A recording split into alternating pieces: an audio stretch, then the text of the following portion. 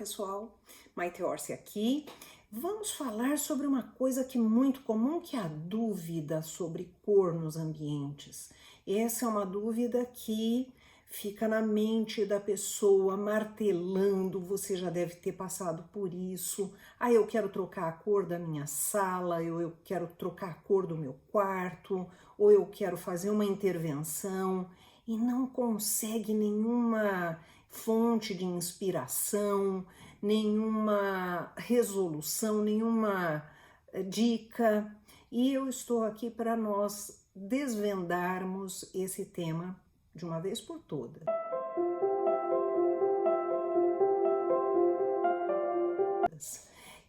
No vídeo anterior, que vocês vão ver o card aí em cima, nós temos uma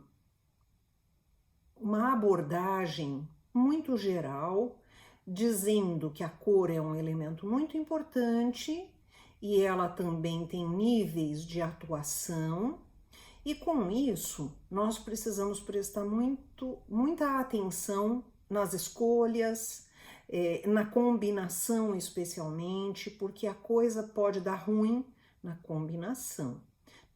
O problema não é a cor em si. Eu digo assim, se tudo estiver muito bem harmonizado, todas as cores têm o seu papel. Se tudo estiver muito bem harmonizado, o ambiente parecerá extremamente harmonioso. Se tudo estiver bem harmonizado em termos de cor, tudo vai soar bonito, resultado bom. Então, esse é o nosso objetivo. E eu quero fazer aqui uma conceituação rápida. A cor é estudada nos âmbitos físicos, então a física, estuda a cor já há muito tempo, a cor, a luz, a química estuda a cor, e nós temos inúmeros recursos que usam a cor como um fator determinante. E na nossa função de percepção através dos olhos e a passagem dessa informação até chegar lá no núcleo do cérebro que vai fazer a decodificação dessa informação, nós temos um caminho e nós temos um modo que ela funciona e nos sensibiliza, que é o modo emocional. Como no vídeo anterior, a gente aborda o seguinte: a cor, ela não pede licença, ela nos sensibiliza sem a gente perceber. Ela tem uma atuação sem intermediários. Quando a gente vê, a gente já foi sensibilizado. Então, é muito importante que a gente tenha isso em mente e em consciência para fazer um bom uso dela. Por exemplo, outro dia, conversando com uma amiga, ela me falou: eu estou assim cansada de ver paredes na casa das minhas amigas, paredes com cimento queimado. E cimento queimado é, como nós sabemos, uma informação de cor que passa por um cinza de médio para mais. É um cinza forte. E aí eu te falo assim, a gente tem que questionar tendências, a gente tem que ver se aquilo vai nos fazer bem, a gente tem que saber lidar, porque, como já disse de outras vezes, o conhecimento ilumina.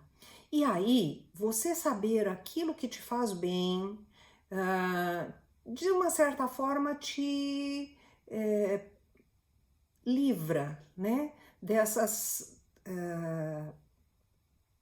situações de seguir tendência. Todo mundo tá usando, é bacana, precisa ver se serve para você, Porque a cor tem isso. A cor, ela é um elemento muito poderoso e muito potente. Então, se você faz, por exemplo, um ambiente extremamente monocromático, você diminui muito os estímulos que você está recebendo do ambiente, e a tendência é você se tornar uma pessoa mais apática. a gente tem um nível entre a apatia e o nível de calma, de relaxamento. Então, ambientes que fazem um bom uso do tom sobre tom, por exemplo, numa paleta neutra, são capazes de nos tranquilizar, serenizar. Mas quando você tem, por exemplo, uma predominância e pouca variação tonal e pouca variação de cores, você tende a ter um ambiente que vai te induzir à apatia. Então, esses efeitos são muito importantes de nós estarmos considerando. Agora, a minha abordagem aqui, ela não se prende à neurociência, nem à física e nem à química. Ela se prende especialmente de como usar a cor no ambiente. E isso é o aspecto mais importante, mas nós não podemos deixar de lado esses conhecimentos e essas informações, porque o conhecimento ele não é uma área isolada, ele é uma área que depende de ser nutrido por outras áreas. Então, é a interdisciplinariedade, ou como a gente vê hoje na medicina, é a medicina integrativa. Então, não consegue uma resposta dentro de uma vertente de conhecimento, busca essa resposta em outra e de repente encontra-se essa resposta. Então é muito importante a gente considerar as coisas dentro de um plano mais holístico, porque holos significa todo.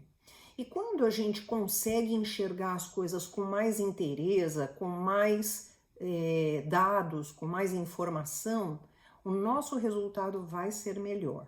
Eu vou fazer um comentário em fotos de projetos meus, né?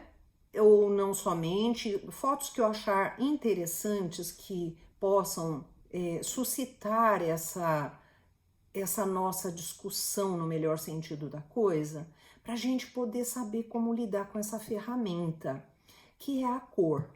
E a cor no ambiente, ela é um fator de enriquecimento, é um fator de um constante feedback importante para o nosso mental, para o nosso emocional especialmente, e a gente deve se valer dela. E eu te prometo que as dúvidas que você já teve, você já vai abandoná-las. É assim eu espero. O assunto é amplo, é profundo, é grande, mas nós vamos fazer uma sessão aqui de análise da cor no ambiente. Então, vamos ao estudo de caso. Eu vou compartilhar minha tela aqui para vocês verem esse quarto na opção com a parede turquesa. O restante das paredes estão todas em branco e o teto também. O piso é claro, o piso é um gelo. Aí, o que comandou a paleta de cores foi a escolha da parede principal em turquesa. Então, nós temos um acompanhamento delicado e um acompanhamento neutro com a arte em cinza, observe o quadro. Então, a parede turquesa, a arte que é marcante em cinzas e brancos, a colcha em cinza, então variando os tons, as almofadas em bege, então nós temos cor de composição cinza, bege, branco, e a cor de destaque é esse rosé. Aqui a gente pode dizer que há uma regra, que é a regra 60-30-10. O que é 60-30-10? Mais ou menos as proporções da cor dominante, a cor secundária e a cor de destaque. Então, nós temos aí o turquesa dominante, o cinza e bege secundário e destaque o rosé. Essa regra 60-30-10, ela ajuda a gente a ter uma noção de quantidade dos tons e das cores que nós estamos empregando. É só um referencial, não é uma coisa rigorosa. E, por exemplo, no meu 30 eu coloquei 3 básicos. Basicamente aconteceu a cor principal turquesa, as secundárias, né, que eu ajuntei aí da paleta neutra, cinza, bege e branco, e a cor de destaque que está presente na orquídea e no lençol, que é essa tonalidade rosé, e veja que o resultado ficou muito equilibrado. A sensação é muito agradável. Para mostrar para vocês, eu extraí as cores, que é essa faixa ao lado, é o extrator da Pantone, então as referências são dela, mas você tem uma noção muito correta e já muito racionalizada. Basicamente, esse é o mood board do ambiente. Já nessa outra opção, é o mesmo quarto, mas com uma arrumação diferente e com a paleta de cores diferente. A cor tema, né, que é a principal, é o lilás, que está na parede de fundo.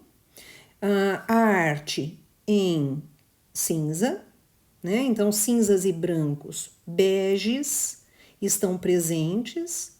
Aí, a cor de destaque é essa tonalidade verde e um pouquinho de rosé.